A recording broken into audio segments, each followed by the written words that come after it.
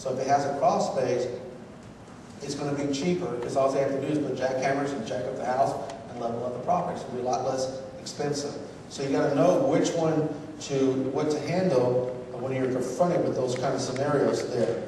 This is what a house looks like when a foundation repair foundation is being done. This whole house has a severe foundation problem from this back wall here, side wall, to the front. And what they'll do is they'll come in there and they'll dig out that whole exterior of the property, and they will put piers inside. They'll start putting these piers in to level the property out. So it can get extensive depending on the number of houses. Remember, when you have a house on a slab, it's more. When you have a house on a crawl space, when it's on blocks, cinder blocks, it'll be less expensive. So what we're doing. One thing that's very important is that when you're handling any house and you feel that you have a foundation problem, you want to write under contract subject to foundation report.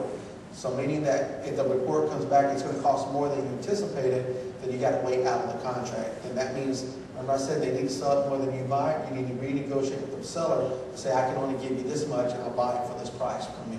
So this is what a foundation report will come back. If the numbers, it tells you exactly where the piers need to be set, etc. for you. So you get more into detail on that. Now, when you go into the interior of the properties, you're going to telltale signs about the doors. The doors being uneven, the doors won't close, you got cracks in the sheetrock, etc. Those are going to be telltale signs that you possibly may have some foundation issue if you start feeling the sloping inside the property there.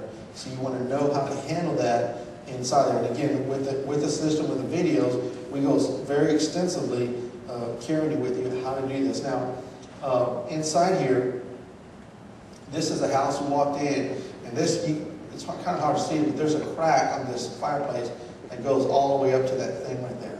So we have bad foundation problems here. So you got to be careful when you're doing. I like buying houses with foundation problem because I can fix it. It's not me doing the work. It's going to drive the price down and be great buys out there. I'm going to get a warranty that transferred over to the new buyer. The person, the company that does the work will give me a warranty, a lifetime warranty if you buy it, or a 20-year, 30-year, 15, whatever you're buying, and I can transfer over that warranty to that person. So it allows me to protect myself, buy some really good properties on here. Maybe not here so much. Is there a lot of foundation problems here? Some, not as extensive, but you go to the south, you're going to have a lot of problems, especially in Houston, a lot of problems with our foundation. Now, with my system, utilizing my sheet, when I'm going in here looking at houses, it tells me if a house has a slab, I'm going to pay $200 to $400 per pier to do that. So if a house only needs a certain segment, I'm going to go $200 to $400 a pier.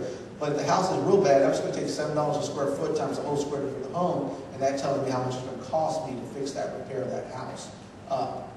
If the house is on a block house, meaning it's got cross space, very cheap, it's $125 to $200 a pier, but if the house is severely damaged, I'm just going to go take $2 times the square footage of the house.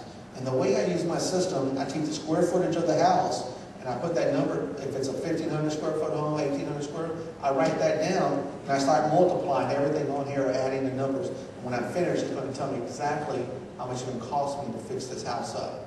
And again, the 2 hours of video will go very extensive how to use this.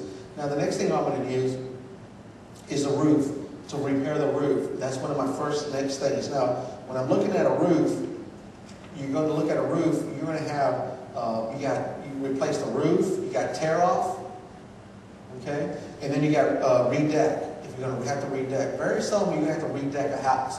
And when you're starting out your business, you don't want to get into massive rehab jobs, okay? If you're not experienced yet. And you don't want to take a $50,000 mistake, do you? Of course, you don't want the contractor taking all your money out there and leaving you behind. So what you want to do is you want to find houses that don't need extensive work when you're starting out, but if you do encounter jobs, this is how you